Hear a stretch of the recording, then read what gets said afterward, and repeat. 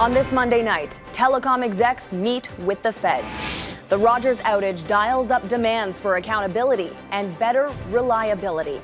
The criticism over compensation, lack of competition, Canada's 3 telecoms in a trench coat, and the potential consequences for the proposed merger with Shaw. Record high wait times. We are in an incipient crisis mode. The emergency at overwhelmed and understaffed ERs. Ukraine's deep disappointment with Canada. What Ottawa just allowed. And a notorious crime boss dies behind bars. The life of Hells Angels leader Maurice Boucher and his long list of victims. Global National with Donna Friesen. Reporting tonight, Tracy Tong. Good evening and thanks so much for joining us. The nationwide Rogers communications outage that took millions of Canadians offline lasted about 15 hours for most people, but its impacts are still being felt.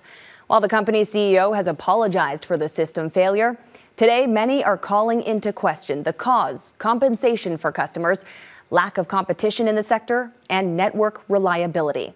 Those issues among the topics of discussion at a meeting between the industry minister and telecommunications CEOs. Our Abigail Bimman has tonight's top story. Canada's 3 telecoms in a trench coat. A bad joke reflecting Canadians' bad feelings about Friday's massive Rogers outage and this country's lack of options. I said to them in no uncertain terms, this was unacceptable, full stop. Monday, the industry minister called tech execs to the virtual table, big players and small ones too, to talk about how to deal with network reliability nationwide. It feels a little bit being called to the principal's office.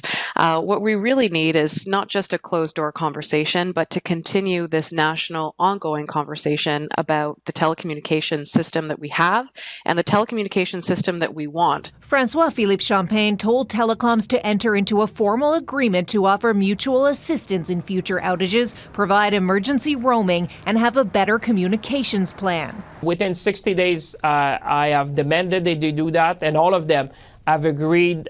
But how useful would mutual assistance be? Champagne said he spoke to Bell and Telus during the outage. They were happy to help, but couldn't since it was a Rogers-specific problem. We need to see solutions that don't only orient towards fixing these, emergency situations in short-term bursts, but rather building a system in which there are more providers, there is more competition. More talk of competition in the wake of the outage puts the planned $26 billion Rogers-Shaw deal into sharp focus. There's much opposition to the proposal, including from New Democrats. We're even more sure than ever before that the merger is the wrong thing to do. Imagine the outcome if the merger had gone through. Then so many millions of Canadians in the West would have also been impacted by this outage. The NDP want a CRTC investigation of the outage, which the minister confirmed Monday afternoon. And Jagmeet Singh says he'd support the Conservatives' idea of calling Rogers executives to testify at a parliamentary committee meeting. But what we have seen last Friday is totally unacceptable. So yes, we have to go deep inside the problems and to fix it for long term. As for the short term, Rogers is promising to communicate changes to prevent another outage, saying it was network maintenance that brought down its system. For frustrated customers across the country, much skepticism remains as to whether anything will really change. Abigail Bimman, Global News, Ottawa. Those Rogers customers frustrated over the outage and the impact it's had on their lives are now wondering about being compensated and whether or not they will take their business elsewhere. But as Gaviola explains, for the time being, consumers don't have many alternatives. Lara Morgan's son fell at rugby practice Friday. She was told he may have a cervical spine issue and to call 911. I tried to call 911 and my phone wasn't working, and it was quite terrifying. Calls to emergency services, Interact payments, and Wi-Fi on the Rogers network all were in chaos. This was no mere inconvenience. For more than 10 million people, it was a scramble to work, to make or receive payments and access urgent help.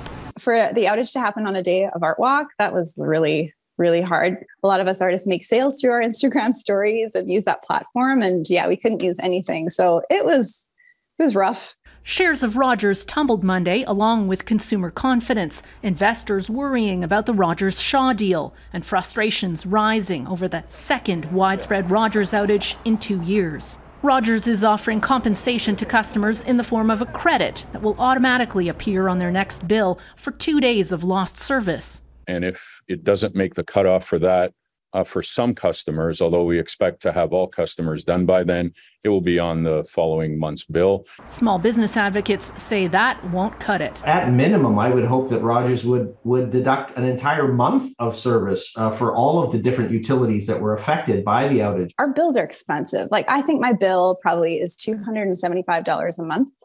I spend on my phone bill, and maybe it's more, maybe close to $300. So $5 to $10 off. It's kind of like, make a difference, man. Do something, that's like a drop in the bucket. A class action suit was filed on behalf of all Rogers, Fido, or Chatter customers in Quebec, or anyone in the province affected by the outage. And the Public Interest Advocacy Centre filed a letter with the CRTC, the industry regulator, Friday, demanding an inquiry into the outage, calling for a look at whether all telecom providers in Canada should be required to meet a baseline of emergency planning and refund requirements. And what happened on Friday is unacceptable. And we're committed to taking every step within our control to ensure it doesn't happen again.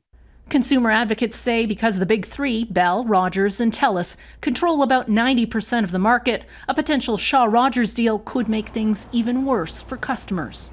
One company's tech problems should not lead to a national economic problem for the entire country. Frustrated customers can vent to their Member of Parliament, call the company and ask for Rogers loyalty specialists and supervisors, and if they're still unhappy, consider switching to smaller, independent providers. Anne Gaviola, Global News, Toronto. Canada's premiers and territorial leaders gathered in Victoria, BC, looking to push the federal government to increase funding for healthcare services and First Nations.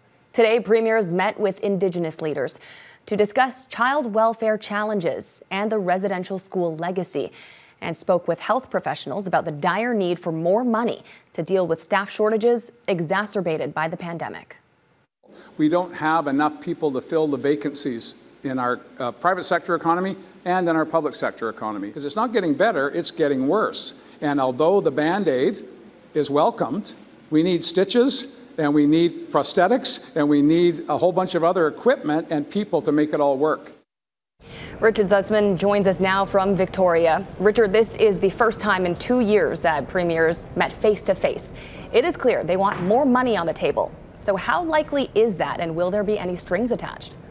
And it's a lot of money they want, Tracy, and it seems the federal government is only willing to budge here if there are strings attached, at least details of where the some odd $28 billion would go. So the premiers here are calling for an increase in the way transfers work. So right now, the provinces cover about 78% of healthcare costs. So the feds pay 22%. The premiers would like to see that go up to 35%. But the federal government says they are already earmarking money for different provinces based on what they need, and they are uncomfortable with the idea of this massive increase. But the premiers will continue to push. As you heard there from Premier John Horgan, who chairs the Council of the Federation, it is crucial to have the money to plan. But there are other things on the table here as well. Healthcare is the crucial issue, but inflation has also come up as well. The premiers want to have a discussion around how they can help Canadians save some money when there is huge pressure. And the last issue is the Indigenous issue you mentioned as well. There is a push from Indigenous leaders to have the premiers discuss the UN Declaration of the Rights of Indigenous People. It's legislation that was passed here in BC and would like to see other provinces do that as well. So there's a lot on the table. The big decision will be made tomorrow around exactly what the premiers are pushing Ottawa to do when it comes to healthcare funding, Tracy. All right, Richard Zussman in Victoria, BC. Thanks for that report, Richard. And as Canada's premiers plead for more federal healthcare funding, emergency rooms across the country are struggling with lengthy wait times and staff shortages. As Jamie Morocco reports, doctors are sounding the alarm, saying rising COVID cases and a concerning new variant could make things even worse. Caroline Pereira's kids are happy and healthy now, but last month her 2-year-old daughter struggled to breathe. On professional advice, she rushed her to this Calgary ER. Went to the front and they told me to get to the end of the line, which was out the door, and that when a nurse was available, they would come and check her out. 15 hours later, they finally saw a doctor. Hospitals across the country say they're short-staffed and overwhelmed. In Ontario, waits have hit record highs, over 20 hours last weekend in some hospitals. The president of Canada's Association for Emergency Room Physicians, Dr. Mike Howlett, says the situation is beyond critical. There isn't time to debate and have discussions for months and years. We are in an incipient crisis mode. Staff shortages, sick calls, burnout, backlogs, an aging population, and COVID have all helped expose widening gaps. During the pandemic, more families have been forced into ERs, with many general practitioners stopping in-person consults. Strain our healthcare system can't handle. It's starting to try to recover, but it's not being particularly successful. And it is extraordinarily vulnerable to whatever is coming next. A rising wave from Omicron's BA4 and 5 variants is pushing cases up again, but experts say they are also keeping an eye on another newer mutation, BA275. The World Health Organization has already warned about the subvariant, which was recently discovered in India and now in the U.S. The concern with BA275 is the same concerns we had with BA5, which is how is it going to behave and how is it going to impact our society over the next few months. And while this infectious disease physician says it's not cause for alarm, it should be a warning to prepare and make necessary changes to the system immediately. Pereira also wants to see action now. I'm really terrified, truly, really terrified that we will need emergency services again. Like so many families, worried her kids won't get timely care when they need it most. Jamie Morocker, Global News, Toronto. Yukon is facing an historic wildfire season, with hundreds of fires already burning across the territory. According to the Yukon government, more than 126,000 hectares have burned this year alone. That is above the 25-year average. There have been 232 wildfires this year, including 2 sparked in the past day. One is burning on both sides of the BC-Yukon border. Crews are working overtime to slow a growing wildfire crisis in California's Yosemite National Park, threatening to wipe out the world's oldest giant sequoias, some of which are thought to be more than 2,000 years old and can tower more than 20 stories. Firefighters have installed sprinkler systems to dampen the ground. Officials say they have avoided significant damage so far, but the fire threatening the park has doubled in size. Ukraine's new displeasure with Canada. Coming up, the controversy over a pipeline part.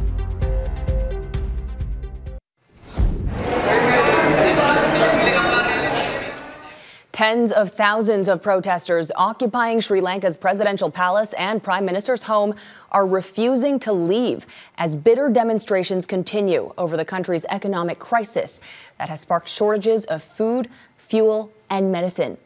Thousands of Sri Lankans stormed the residences of the president and the prime minister on Saturday, demanding both men step down. Sri Lanka's president says that will happen on Wednesday. The country's prime minister says he will stay on until a new government is formed. Ukrainian President Volodymyr Zelensky is slamming the Canadian government tonight for its decision to return a sanctioned turbine to Germany, warning Russia will view it as a manifestation of weakness and calling on Canada to reverse the move. Redmond Shannon explains the controversy. More deadly airstrikes in Ukraine's second city of Kharkiv. Many of the survivors, like Valentina, dazed and traumatized. I think there were 3 or 4 hits, she says. The last one made all the rubble fall on me. In the Donbass, rescuers look for survivors after the weekend's Russian missile attack that killed at least 30 people. Ukraine says only civilians were in the apartment building. Russia says the block was being used by Ukrainian forces, claiming it killed 300 of them in the attack. Further south in Mariupol, the first train cars depart its obliterated train station since Russia captured the city in May. Russian state TV filming this video, a sign of daily life operating in a new normal under Russian occupation. But Ukraine's defense minister says NATO weapons will help his forces to launch a counteroffensive to try and retake parts of the Black Sea coast, if those weapons arrive more quickly. If that is done, this would be feasible, but it needs to be done very, very quickly. Ukraine is also frustrated with Canada after Ottawa bypassed sanctions, allowing a repaired turbine to be sent from Montreal to Europe for use on the Russia-Germany Nord Stream 1 gas pipeline. We need to understand that larger picture. And part of that larger picture is that in a conflict, you need to make sacrifices. Ironically, it may be for nothing. The pipeline was shut down on Monday for 10 days of maintenance work. There are fears Russia may keep it closed, sacrificing the massive income it gets from Europe to spite its Western adversaries. At this point, it's not important for Russia for the revenues. It is important because it is a geostrategic tool. EU countries have paid Russia an estimated $89 billion for fossil fuels since February's invasion, and there's no end in sight. Redmond Shannon, Global News, London. Well, we are getting a first look at the deepest reaches of outer space ever captured. The first image from the largest space telescope ever built has just been unveiled. It comes from NASA's $10 billion James Webb Space Telescope. It's the deepest and sharpest infrared image of the distant universe to date. 4 more images will be released tomorrow and will include a planet from outside our solar system. Preparing for a painful visit with the Pope. Ahead, reflections from residential school survivors.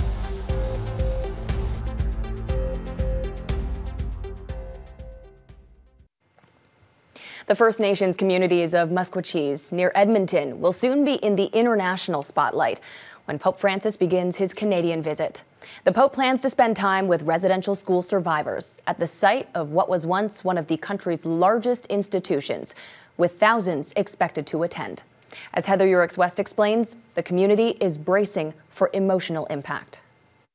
With just 2 weeks until the Pope arrives in Musqueam, Alberta, the community is working hard to prepare.